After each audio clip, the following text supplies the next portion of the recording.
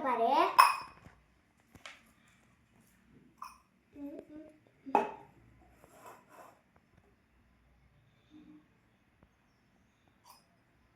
இங்க பாத்தியா நான் தொடவே தூக்கிருக்கேன்.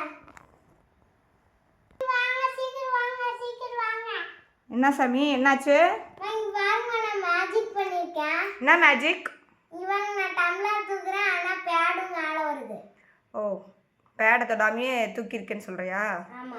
ஓகே மேஜிக் நல்லா தான் இருக்குது. சரி இதை விட இன்னொரு மேஜிக் நான் சொல்லட்டுமா? அதை செய்வியா? என்னங்க அது? ஒன்றும் இல்லை, இந்த கேம் யார் எனக்கு சொல்லிக் கொடுத்தா?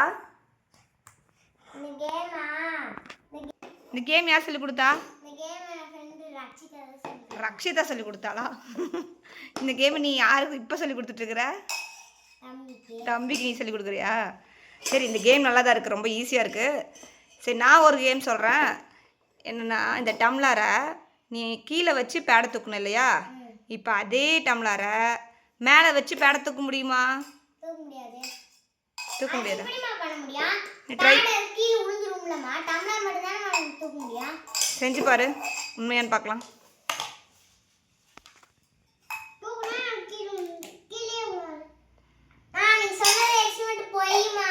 நடக்கல இல்லை? இப்போ நான் ட்ரூ பண்ணி காமிக்கலாமா? சொல்லு சாமி.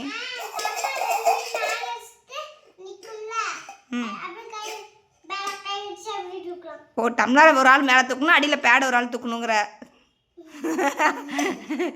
அது மேஜிக்கே இல்லைடா. சரி சரியா? இப்போ அம்மா ஒரு மேஜிக் உங்களுக்கு சொல்லித்தரேன். டம்ளரை மேலே வச்சு அடியில் பேடை வச்சு பேடை டச் பண்ணாமல் தூக்கலாம். ஓகேயா? இது மேஜிக்கல் சயின்ஸ். என்னது? செய்யலாமா? சரி எனக்கு தேவையான பொருள் எடுத்து வரீங்களா? இந்த பேடு இந்த டம்ளர் ஓகே தான். இது கூடவே வந்து ஒரு பேப்பரு மேட்ச்ஸ்டிக் வேணும். ஓகே அதெல்லாம் எடுத்துகிட்டு தண்ணி கொஞ்சம் வேணும், ஒரு டவல் வேணும். ஓகேயா? இப்போ இதெல்லாம் எடுத்துகிட்டு வாங்க, ஓடுங்க ஓடுங்க.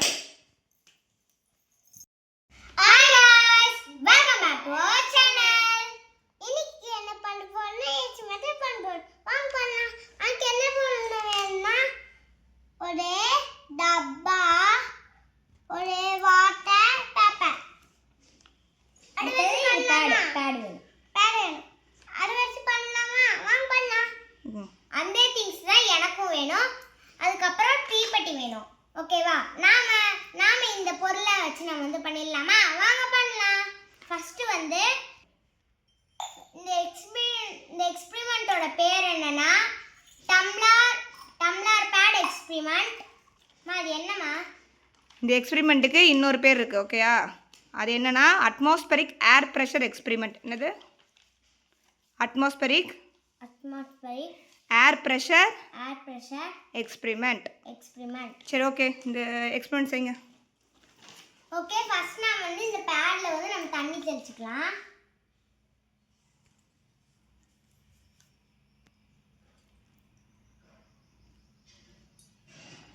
ஓகே இப்போ நான் வந்து தெளிச்சாச்சு. இப்போ நல்லா நீர் விட்டுக்கலாம்.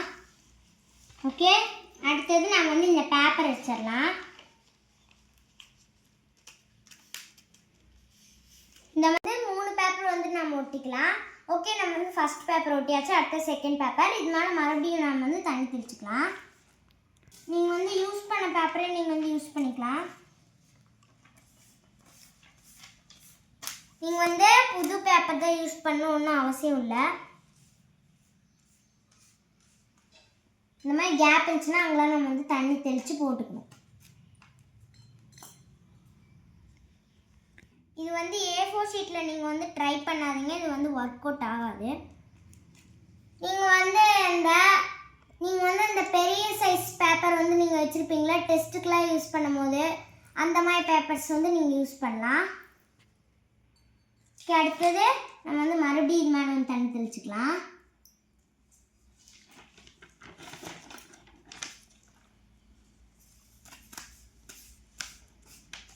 இப்போ நம்ம வந்து இதை எடுத்து மேலே வச்சிடலாம். இந்த தண்ணி எதுக்கு நம்ம ஒட்டுறோன்னா பேப்பர் வந்து ஒன்றோட ஒன்றா ஒட்டணுக்காக தான் நம்ம வந்து தண்ணி தெளிக்கிறோம். முடிச்சிட்டிங்களா? ஓகே முடிச்சாச்சு. இப்போ இது மேலே நம்ம வந்து தண்ணி தெளிக்கணும்.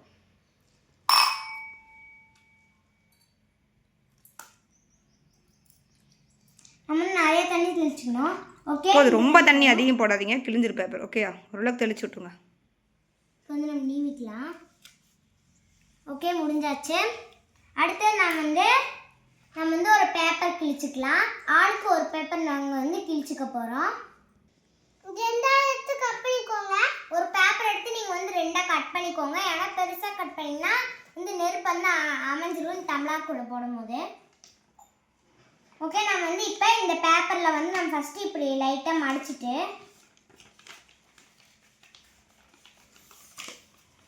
மடிச்சிருக்கோம்.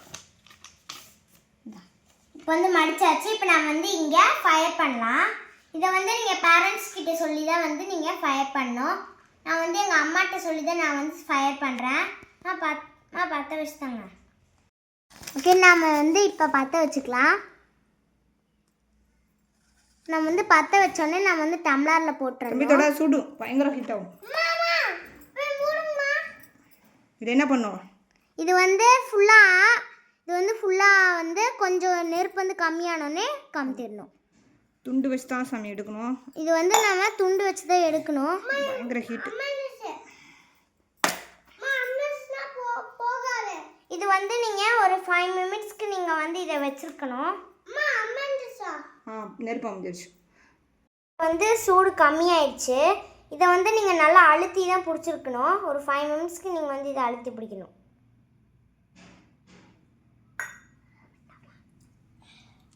A few moments later. Friends, எனக்கு வந்து 5 மினிட்ஸ் ஆயிடுச்சு. இப்போ வந்து வருதை நம்ம செக் பண்ணலாம். வருது ஃப்ரெண்ட்ஸ். நீ பாருங்க. ஏய் பாத்தியா? தம்பிக்கும் பண்ணி பார்க்கலாம். ஓகே, தம்பிக்கு செஞ்சுட்டு எங்க மறுபடியும் செய்ய, மறுபடியும் கீழே வச்சு எடுத்து பார்க்கலாம்.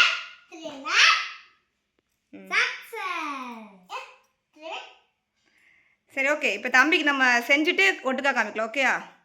நம்ம வந்து தம்பிக்கு பண்ணுறோம். பேட் சின்னதாக இருக்கிறனால தான் சின்ன டம்ளர் போடுறோம். ஓகேயா? அவனுக்கு வந்து பேட் சின்னதாக இருக்கிறனால தான் சின்ன டம்ளர் டச் பண்ணாத. போடுறோம். It's very burning. உள்ளே இருக்கு, உள்ள நவுந்துக்கு. இதையும் நம்ம வந்து 5 மினிட்ஸ்க்கு நல்லா அழுத்தி பிடிச்சிக்கலாம். இதை வந்து நல்லா போடும் போது டக்குன்னு போடணும் ஃபோர்ஸா. எங்கள் அம்மா செஞ்சுருக்குறாங்க. ஃப்ரெண்ட்ஸ், இது வந்து நீங்கள் எப்போ எடுக்கணும்னா இது வந்து நீங்கள் நல்லா டச் பண்ணுற வரைக்கும் ஆறணும். அப்போ தான் நீங்கள் வந்து இதை எடுக்கணும். நீங்கள் அதுக்கு முன்னாடியே எடுத்துட்டிங்கன்னா இது வந்து இன்னும் ஒட்டலைன்னு அர்த்தம். நாங்கள் வந்து எங்கள் 2 பேர்த்துக்கு செஞ்சுட்டோம். வாங்க நம்ம இப்போ வந்து தூக்கி பார்க்கலாம். பாருங்க, நாங்கள் 2 பேரும் ஒரே கையில் தான் தூக்குறோம். வருது. ஹே,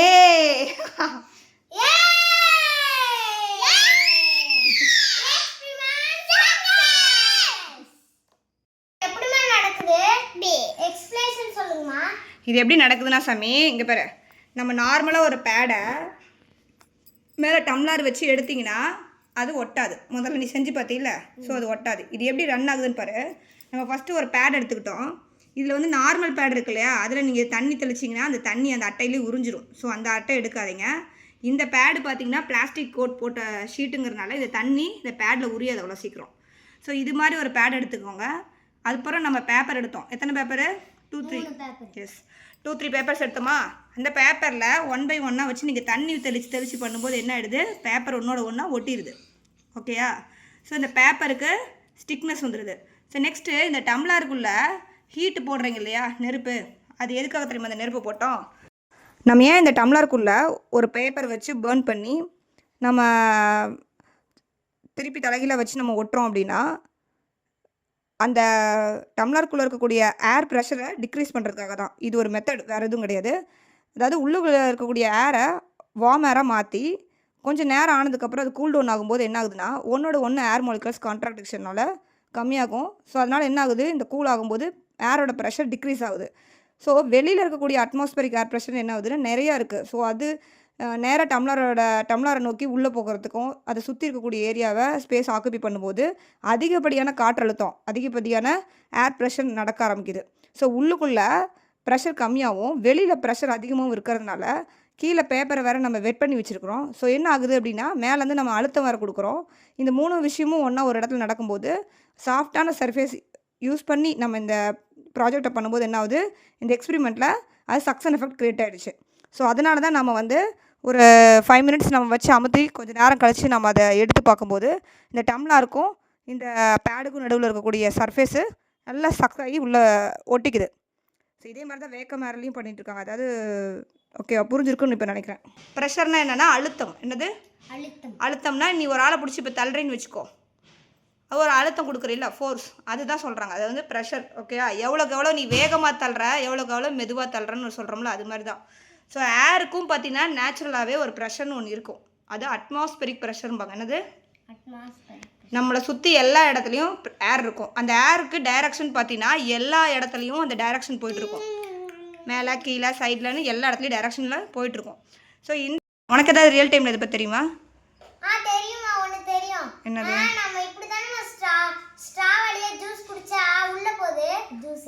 ஆமாம், கரெக்டா. ஸ்ட்ராவை நீ சும்மா ஜூஸில் வச்சு வெறும் வாயை வச்சா வருமா? அதுக்கு பதிலாக என்ன பண்ணால் வரும்? நீ உரியறனால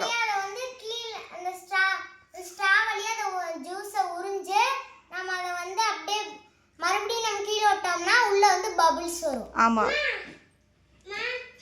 கரெக்டு சாமி. அதே தான். வெறுமனே ஸ்ட்ரா வகையில் வச்சின்னா ஜூஸ் தானாக மேலே வராது. அதுக்கு பதிலாக நீ அந்த ஸ்ட்ராக்குள்ளே இருக்கிற லோ ப்ரெஷரை கம்மி பண்ணி லோ ப்ரெஷராக மாற்றி உன்னோட வாயால் ஏர் வச்சு உரியும் போது என்ன ஆகுது, அட்மாஸ்பரிக் ப்ரெஷர் அதிகமாகி உனக்கு ஜூஸ் வெளியே வருது. ஓகேயா? மாதிரி எல்லாத்துக்குமே வந்து பிரின்சிபல் ஒன்று தான். அதாவது அட்மாஸ்பரிக் ஏர்னால தான் இது எல்லாமே நடக்குது. லோ ப்ரெஷர் ஹை ப்ரெஷர் இந்த டிஃப்ரென்சியேஷனால தான் இந்த எஃபெக்ட் நடக்குது. ஓகேயா? ஸோ இந்த கான்செப்ட் எனக்கு புரிஞ்சிருக்குன்னு நினைக்கிறேன். புரிஞ்சுதா?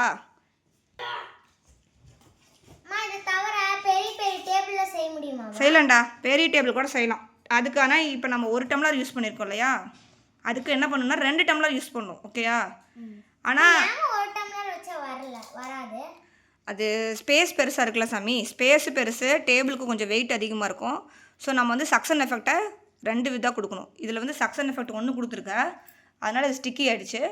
இப்போ இதே வந்து இன்னும் கொஞ்சம் பெருசாக இருந்தால் நம்ம வந்து கண்டிப்பாக 2 டம்ளர் வைக்கணும். இந்த 2 டம்ளர் வைக்கணும்னு நினைக்கும் போது சைமல்டேனியஸாக 2மே நீங்கள் வைக்கணும். 2மே ஒரே நேரத்தில் ஒட்டினா மட்டும்தான் என்ன ஆகும், டேபிள் இல்லைன்னா என்ன ஆயிரும், ஒரு சைடு தான் தூக்கும், ஒரு சைடு தூக்காது. ஓகேயா? சரி, இப்போ என்ன பண்ணலாம்? புரிஞ்சிச்சா? எப்படி இருந்துச்சு இது?